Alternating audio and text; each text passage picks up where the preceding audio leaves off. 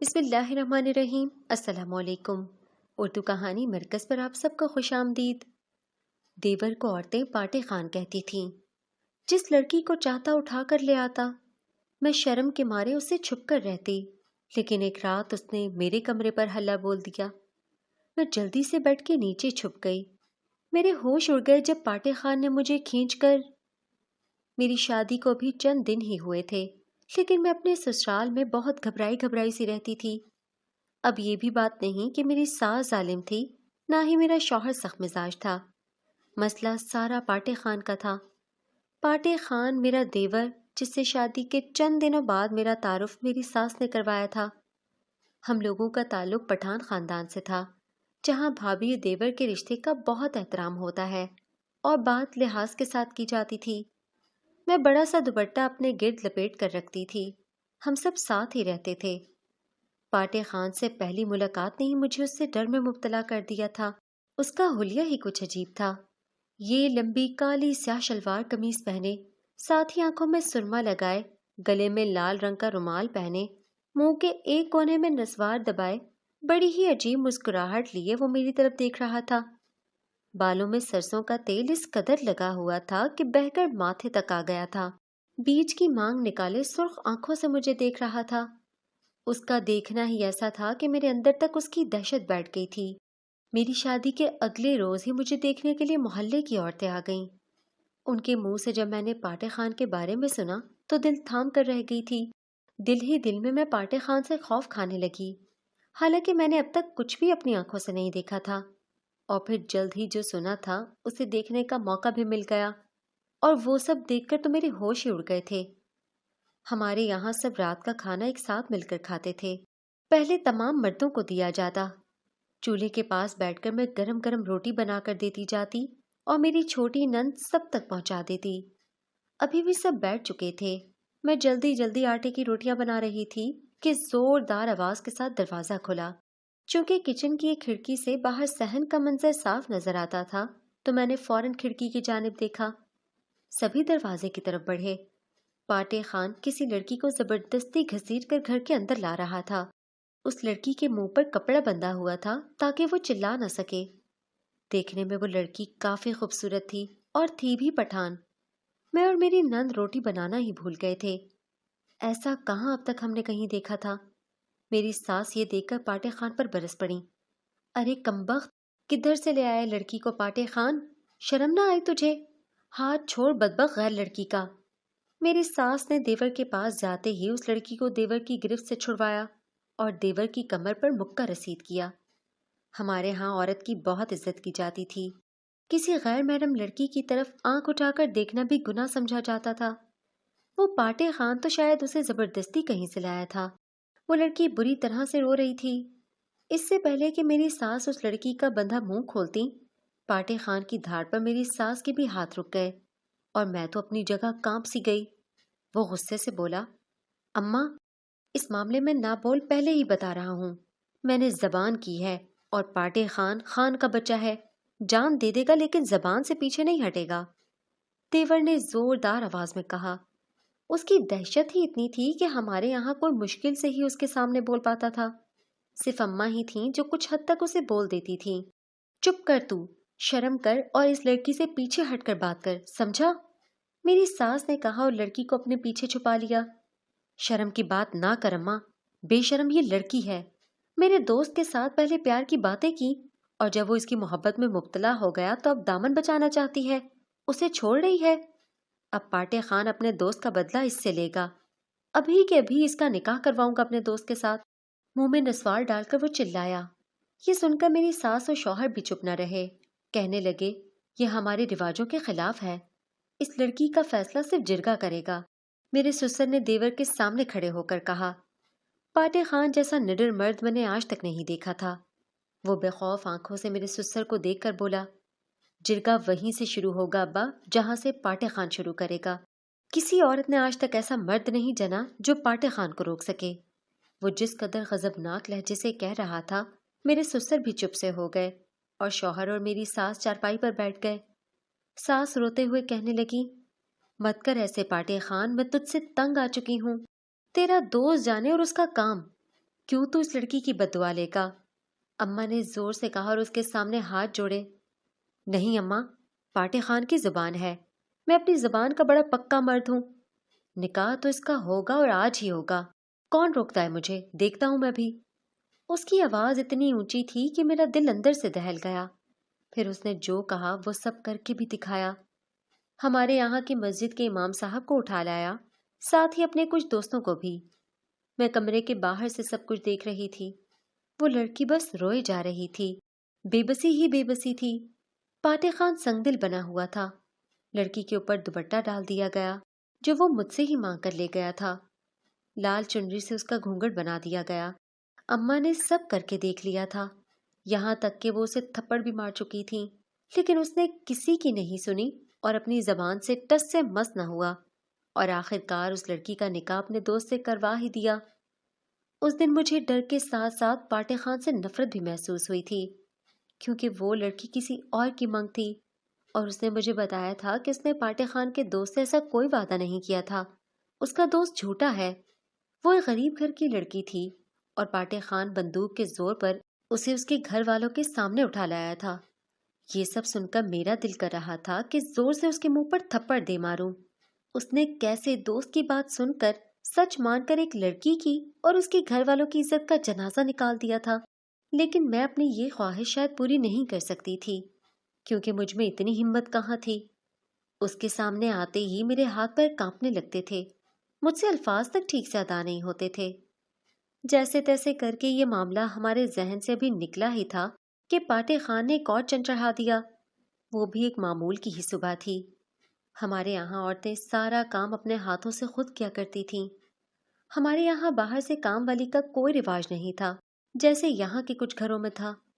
میں اور گاؤں کی سب عورتیں مل کر جنگل کے پاس سے چھوٹی چھوٹی سوکھی لکڑیاں جمع کر کے لاتی تھیں، اور پھر گھر میں چولہے میں انہیں جلا کر کھانا بنایا جاتا تھا۔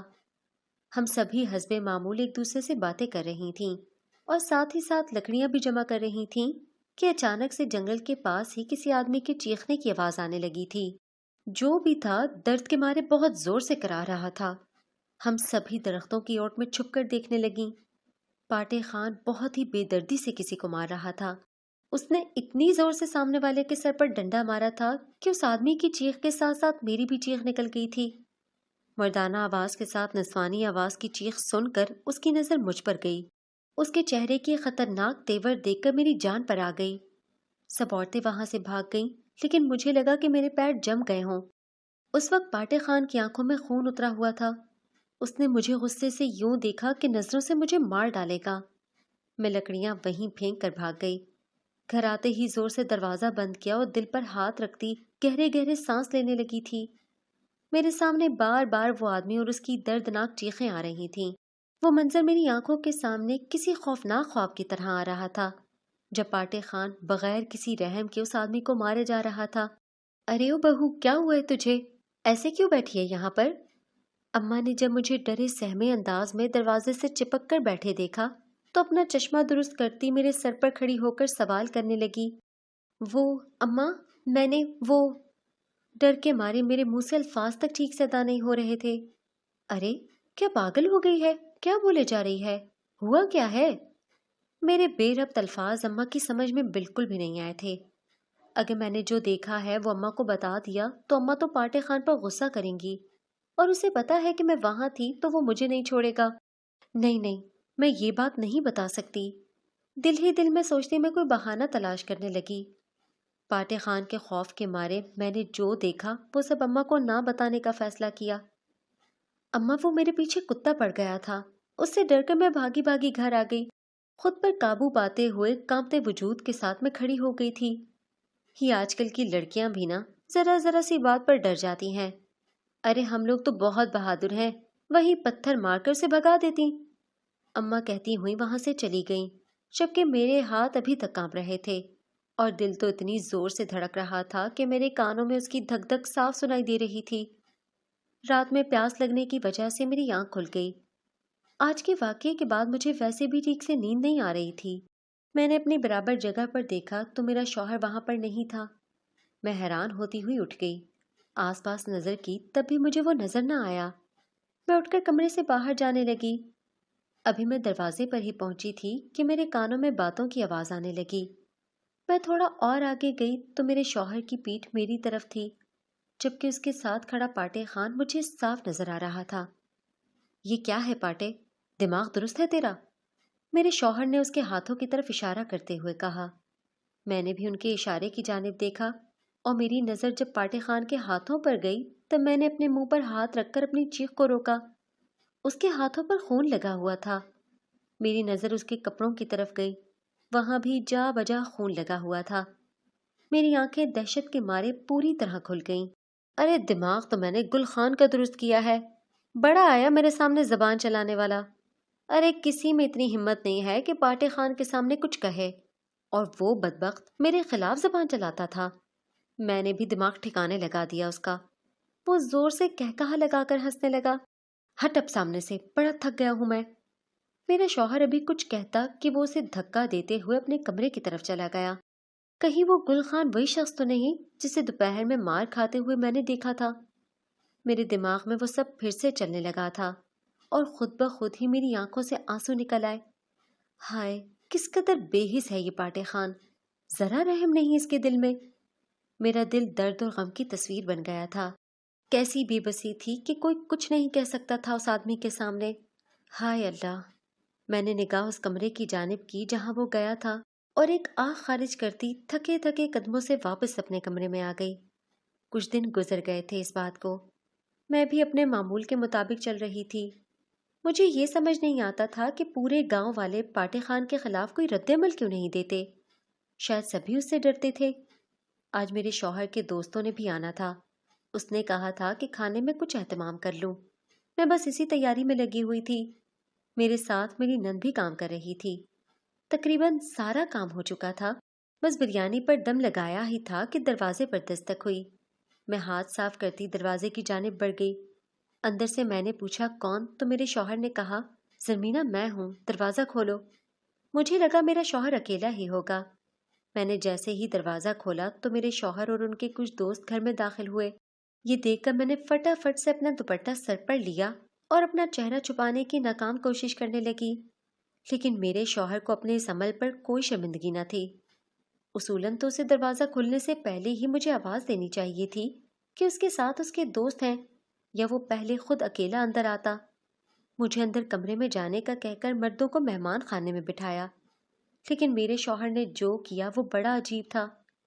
میرے شوہر تو اندر چلے گئے، لیکن ان کے دوست جن نظروں سے میری جانب دیکھ رہے تھے، پھر ہنستے مسکراتے اپنی مونچھوں کو بل دیتے بیٹھک کی طرف چلے گئے۔ مجھے بہت ہی عجیب محسوس ہو رہا تھا۔ میں ابھی دروازہ بند کرنے ہی لگی تھی کہ پاٹے خان نے پیر بیچ میں اڑا کر روک لیا۔ میں جلدی سے ہٹ گئی اور کچن میں چلی گئی۔ کھانا لگا دو۔ جیسے ہی میرے شوہر نے کھانے کا کہا تو میں نے فوراً پورا گھونگھٹ نکال لیا۔ میری ساس بیمار تھی اور مہمانوں کے سامنے کھانا گھر کی بڑی عورت ہی رکھتی تھی۔ مجبوراً مجھے ہی دسترخوان لگانا پڑا۔ ان کے سارے دوست بیٹھ گئے تھے۔ پاٹے خان بھی صوفے پر بیٹھا ہوا تھا۔ میں بریانی کی ڈش دسترخوان پر نیچے رکھنے ہی لگی تھی کہ ان کے ایک دوست نے میرا ہاتھ پکڑنے کی کوشش کی۔ تبھی زور سے اس کے ہاتھ پر ڈنڈا لگا اور کچھ حصہ میرے ہاتھ پر بھی لگا۔ ابے اٹھ نکل یہاں سے! پاٹے خان نے غصے میں اسے پکڑ کر دھکا دیا تھا۔ میں تو ڈر کے مارے اپنے کمرے میں چلی گئی۔ باہر وہ بہت چلا رہا تھا۔ میرے شوہر کمرے میں آ گئے۔ میں اس کے ڈر کی وجہ سے پلنگ کے نیچے چھپ گئی۔ دماغ خراب ہے اس کا تو! میرے شوہر غصے میں بڑبڑائے۔ دماغ میرا نہیں تیرا خراب ہے۔